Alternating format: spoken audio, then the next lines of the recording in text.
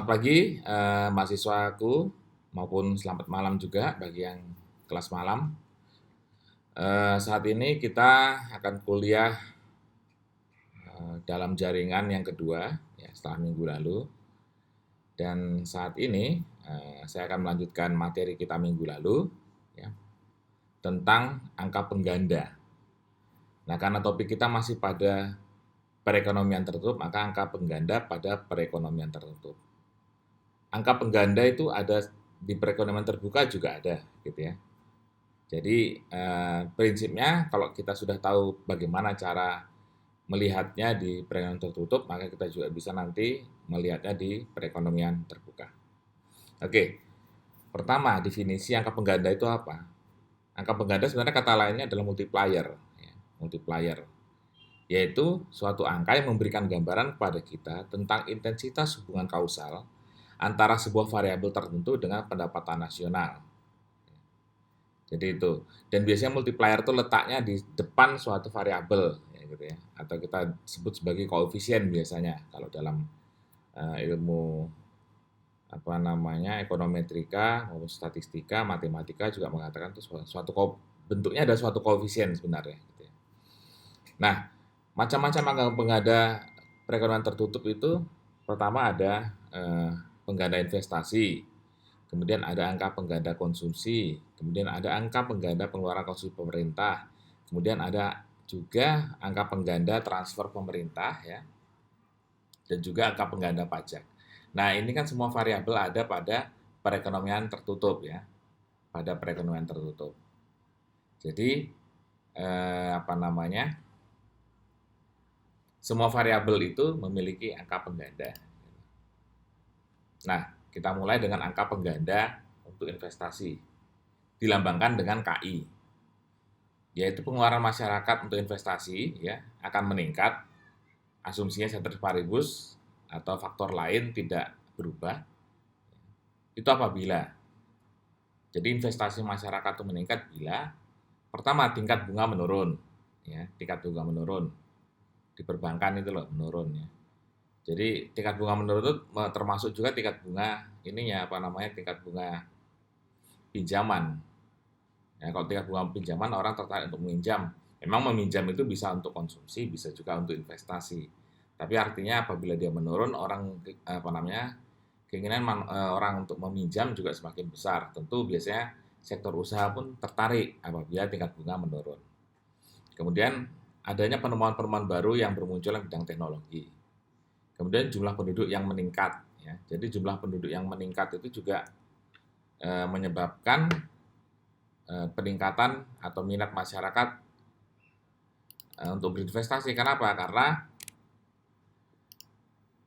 ada pandangan bahwa karena penduduk meningkat maka kebutuhan meningkat, kebutuhan akan sesuatu lah, produk misalnya gitu, maka orang akan mencoba membuat produk tersebut sehingga berinvestasi. Nah, kemudian masyarakat berinvestasi juga apabila meluasnya pasar. Jadi kalau pasarnya semakin luas, dia juga akan menambah investasi. Karena pasti kalau dengan perluasan pasar, artinya pengusaha juga punya harapan keuntungan yang diperoleh akan lebih besar, sehingga dia mau berinvestasi lagi. Dan juga suasana perusahaan yang bertambah optimis. Jadi kalau perusahaan itu punya optimis ke depan itu ini penjualan kita akan meningkat atau produksi kita akan banyak yang menggunakan, pasti dia akan berinvestasi. Nah, lambangnya adalah K kecil I, ya. Jadi KI itu angka pengganda investasi, yaitu delta Y per delta I sama dengan 1/1 min C.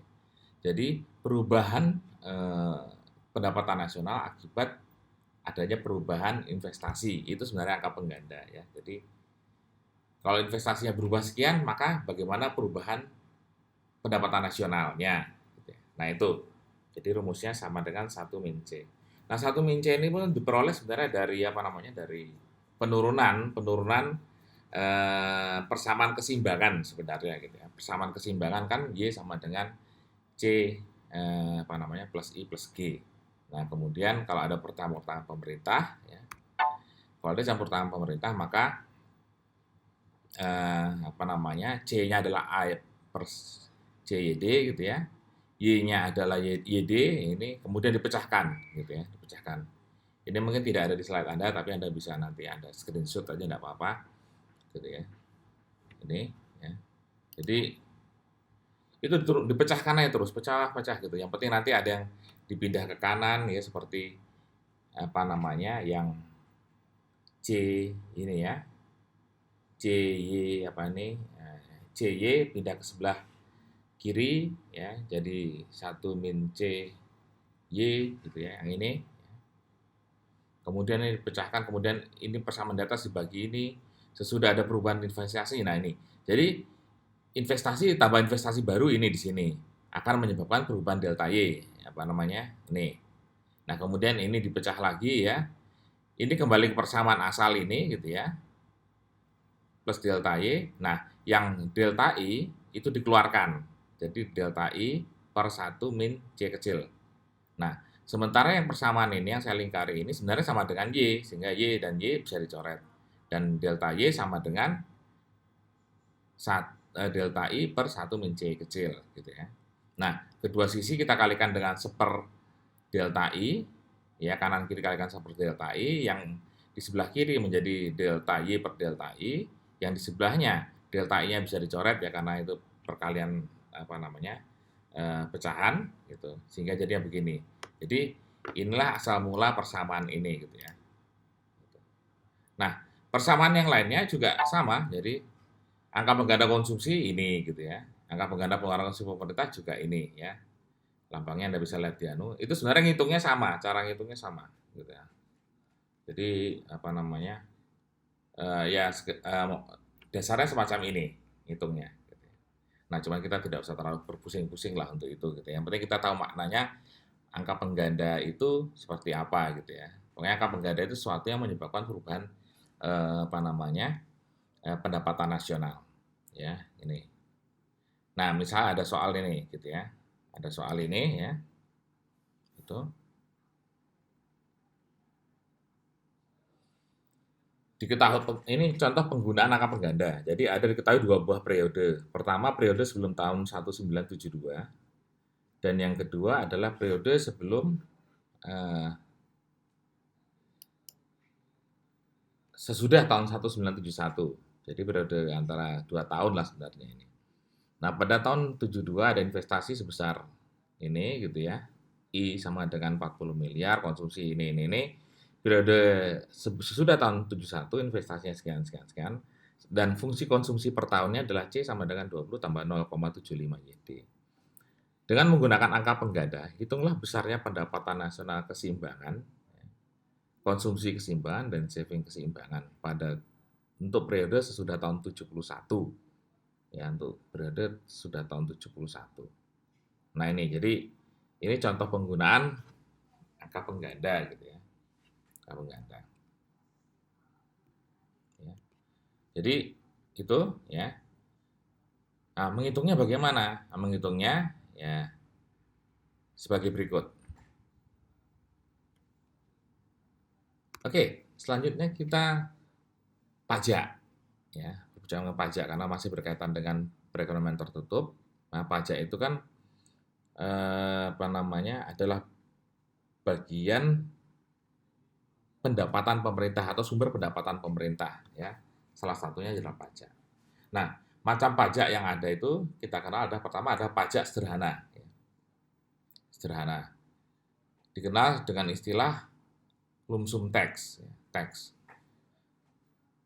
Jadi TX sama dengan TX0 ya. Jadi dia merupakan suatu angka tertentu. Misalnya pengenaan pajak sebesar 10 ya. Sehingga TX sama dengan 10. Sehingga pada tingkat pendapatan apapun, pajaknya tetap 10. Ini seperti cukai gitu ya. Cukai itu adalah salah satu bentuk pajak sebenarnya. Cukai rokok satu batang kena berapa rupiah gitu ya. Berarti kan angkanya tetap gitu ya. Berapapun banyaknya tetap apa namanya jumlah pajaknya sekian gitu ya. Tetap. Nah kemudian yang kedua adalah pajak built-in fleksibel. Nah kalau ini dia terkait dengan besar kecilnya itu tergantung pada pendapatan. Sehingga persamaannya adalah TX sama dengan T kecil plus H kecil kalikan Y. Di mana H adalah marginal ya. Marginal rate of taxation. Ya. marginal rate of taxation. Ya. Itu. Nah, contohnya, jadi penerapannya ya, misalnya ini, diketahui fungsi konsumsi ini, gitu ya. C sama dengan 20 tambah 0,75 Y, transfer pemerintah adalah ini, pajak adalah ini, pemerintah adalah ini, investasi adalah 40 miliar gitu ya.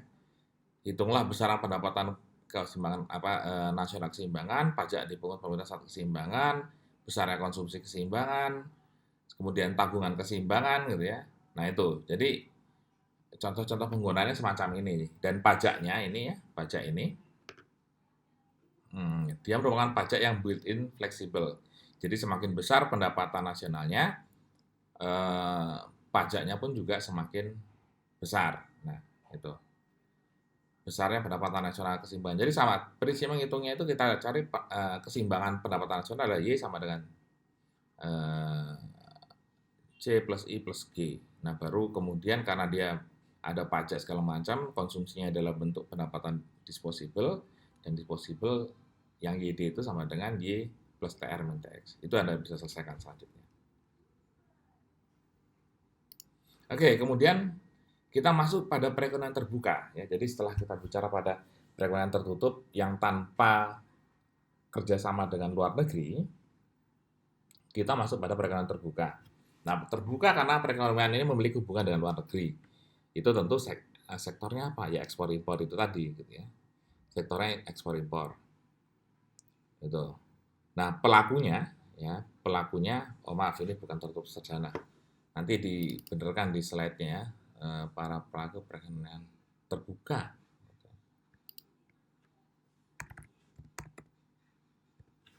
Terbuka ya. Itu adalah rumah tangga, ya, keluarga ya, kemudian perusahaan, pemerintah, sektor luar negeri. Nah, perekonomian terbuka semacam ini ya, itu sering disebut juga sebagai perekonomian 4 sektor, karena sektor pelakunya ada 1, 2, 3, 4. Itu. Nah, jadi disebut sebagai perekonomian 4 sektor. Ada rumah tangga, perusahaan, pemerintah, dan sektor luar negeri. Nah, keseimbangannya, ya ini modifikasi lagi, jadi tinggal ditambahi sektor luar negerinya, yang wujudnya adalah merupakan ekspor dan impor. Ekspor itu adalah X ya, dan M itu adalah lambang impor. Di mana Y sama dengan C plus I plus G plus X min M. Ya, M.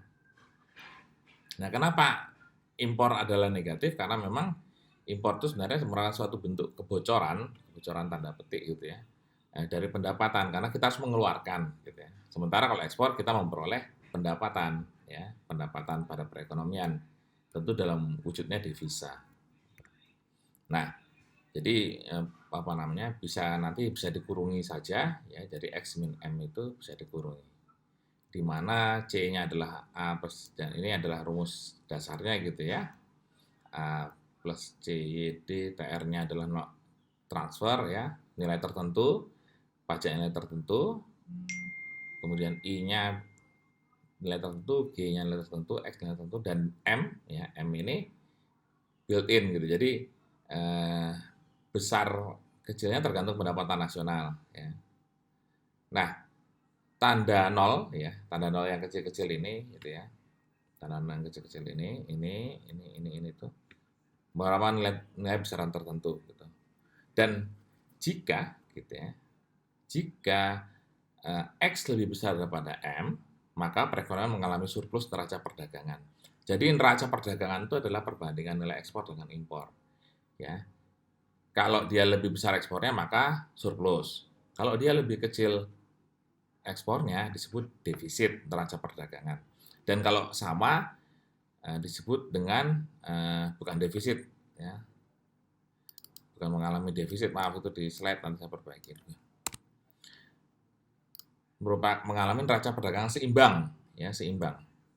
Jadi neraca perdagangan seimbang itu apabila X dan sama dengan M. Cuman kalau di dunia ini agak susah mencari yang namanya X sama dengan M, itu agak jarang gitu ya, jarang. Di mana kita bisa mengekspor sama jumlahnya dengan barang yang kita impor, kan gitu. Jadi agak susah mencari kondisi yang seimbang. Nah, ekspor itu jika sebuah negara mengirimkan atau menjual produk nasionalnya ke luar negeri. Kalau impor, kebalikannya ya, jika sebuah negara menerima atau membeli produk negara lain. Ya. Ini tentang ekspor dan impor, definisinya. Nah, ekspor itu sendiri ada dua jenis sebenarnya. Pertama yang FOB atau kita kenal dengan free on board, ya. Yang kedua adalah CIF, ya, atau Cost Insurance and Freight. Perbedaannya apa? Perbedaannya kalau kita ekspor dengan nilai FOB, FOB itu artinya biaya hanya sampai di pelabuhan keberangkatan, gitu. Karena kita ekspor kan keberangkatan, gitu. Jadi misalnya kita ekspor kelapa sawit nih, ya, kelapa sawit CPO misalnya, CPO harganya misalnya 5.000 per liter, ya.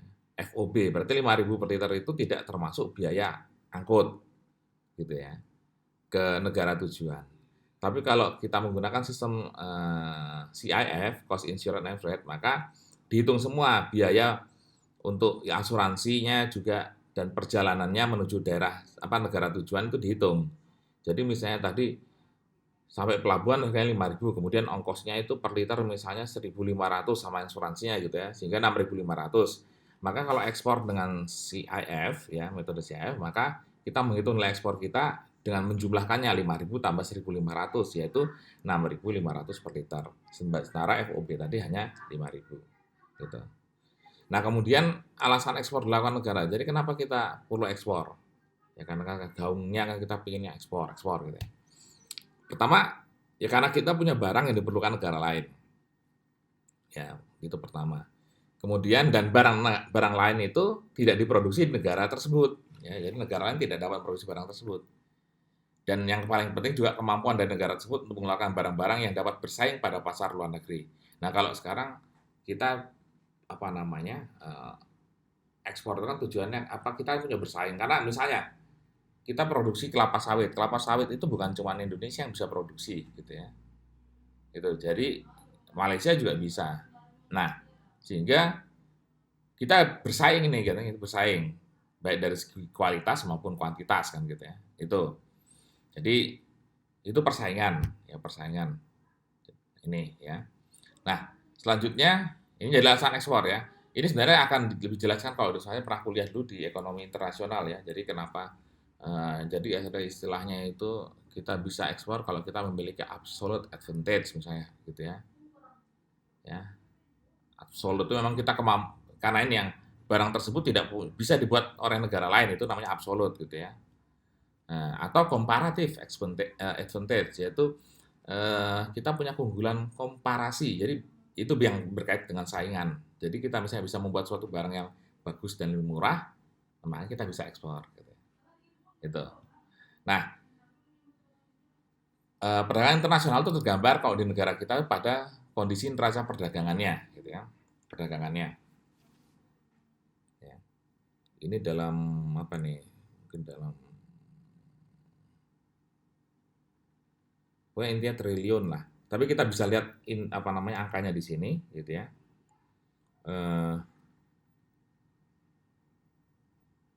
Neraca perdagangan ya tahun 2015, 2016, 17, 18, 19. Nah itu. Nah kita lihat neraca perdagangan ini, hitungan neraca perdagangan ini adalah nilai ekspor dikurangi nilai impor ya. Ekspor dikurangi nilai impor. Nah kalau total perdagangan ini ekspor tambah impor itu masuk pada total perdagangan.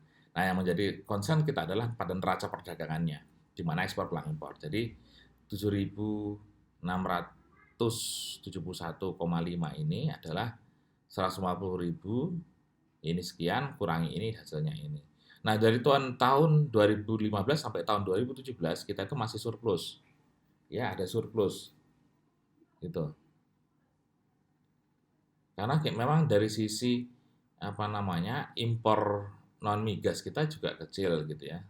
Tapi kita masih surplus ini ya. Tapi pada tahun 2018 dan 2019 kita defisit. Ya, defisit. Memang 2018 itu kita sekitar 8 triliunan lah ya itu defisit. Kemudian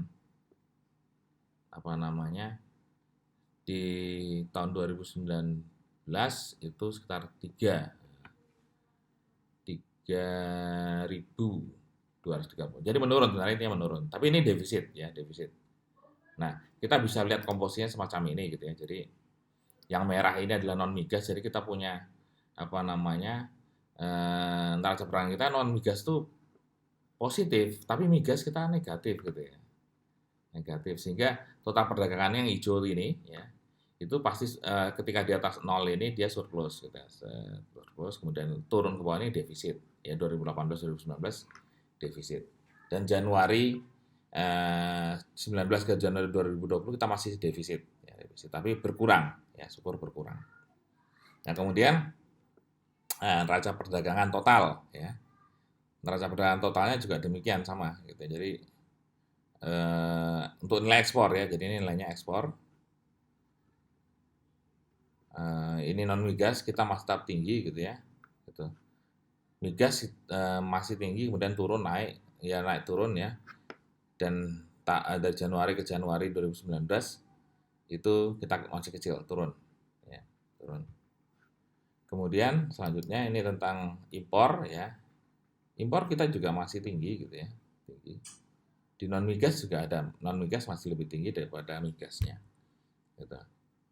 Ya non migas itu seperti barang-barang pertanian gitu ya. Barang-barang apa? Bahan untuk industri lain. Jadi kita kan banyak industri kita masih bergantung dengan industri lain, misalnya otomotif gitu ya. Otomotif itu kan kita merakit memang di Indonesia, tapi komponennya kan masih ada yang juga yang diproduksi di luar negeri, diimpor dulu gitu ya, baru nanti kita rakit di sini. Nah ini, jadi ini adalah bentuk neraca perdagangan di Indonesia ya, yang datanya saya ambil dari Kementerian Perdagangan ya, perdagangan. Anda bisa lihat websitenya di sini, nanti bisa dicek. Gitu. Nah, kita langsung pada contoh soal gitu ya, soal. Nah, soalnya prinsipnya sama. Jadi kalau membuat keseimbangan itu pasti untuk terbuka ya, karena di sini sudah ngomong fungsi konsumsi adalah 400 tambah 0,75 YD. Pajak 20% dari pendapatan nasional, berarti dia punya pajak ya. Kemudian investasi ada 400, pengeluaran pemerintah 800, berarti investasi ini melambangkan G-nya, I-nya ya. Pengeluaran pemerintah ini G-nya ya. Ekspor itu dapat ekspor 600, berarti itu X-nya. Impor adalah 10% dari pendapatan nasional, berarti impornya adalah 10% atau 0,1 dari pendapatan nasional. Nah, ini persamaan ini soalnya sebenarnya persamaan kayak soal cerita, tapi sebenarnya bisa nanti dibuat dalam bentuk persamaan.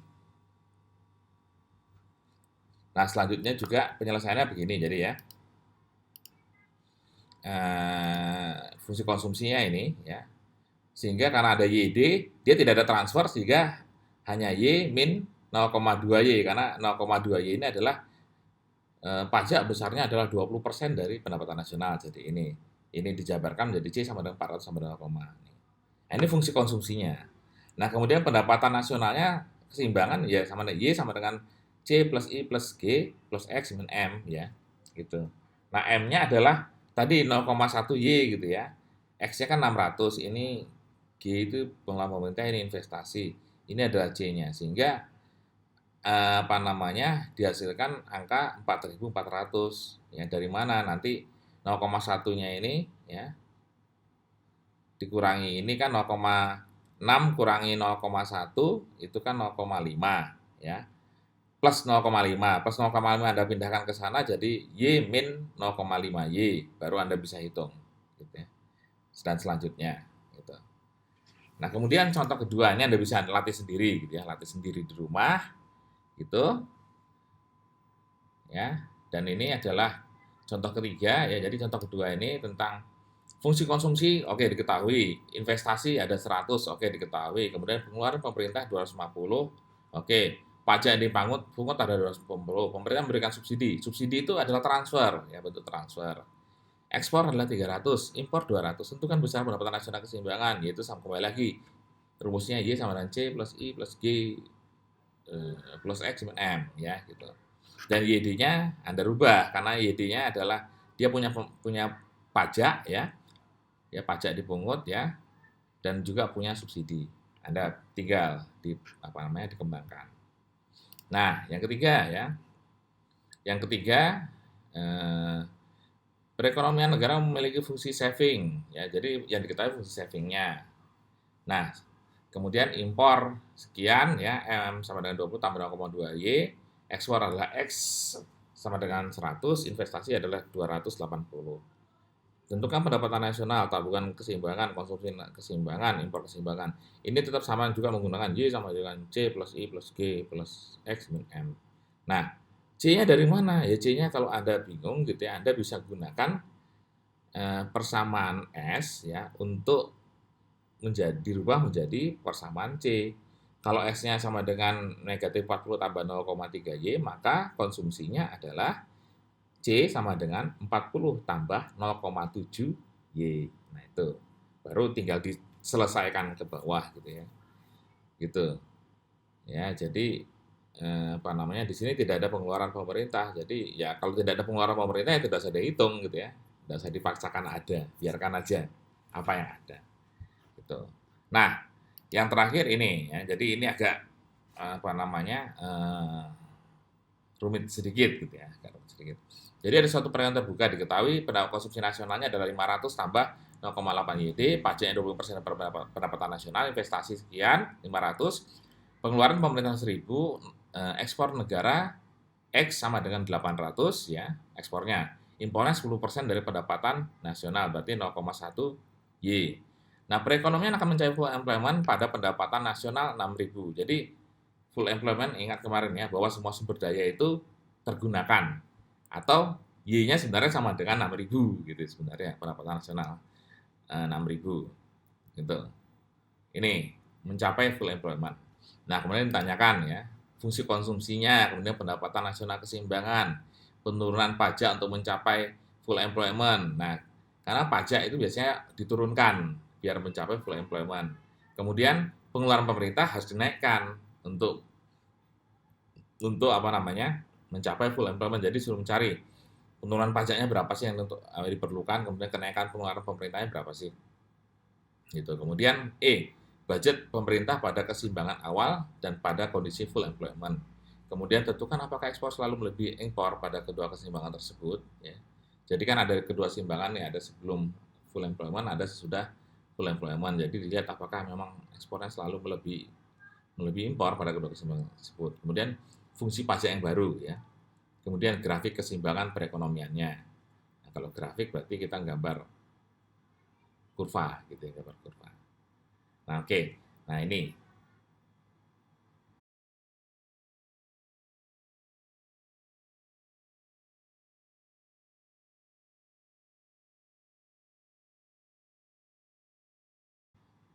Baiklah, jadi Anda sudah bisa ya untuk latihan ya. Jadi untuk latihan diulang-ulang gitu.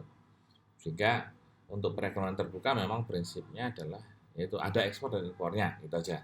Jadi dari awal kan kita bicara tentang perekonomian tertutup sederhana, kemudian tertutup, kemudian perekonomian terbuka. Nah, itu prinsipnya sama, prinsipnya hanya ditambahi variabel-variabelnya terkait dengan sektor yang terkait dalam perekonomian tersebut. Baiklah, jadi ini perkuliahan kedua kita ya. Terima kasih atas perhatiannya dan tetap pada anjuran pemerintah agar kita mengurangi pertemuan di luar ya, berkumpul-kumpul gitu. Karena memang pemutusan wabah ini bisa dilakukan kalau memang kita mengisolasi diri lah kira-kira, dan tetap jaga kesehatan kita bersama ya. Semoga wabah ini segera berlalu dan kita bisa bertemu kembali, karena enak ngajar di kelas sebenarnya. Ketemu kalian kan, lihat muka-mukanya mahasiswa gitu yang pada bingung, pada senang gitu.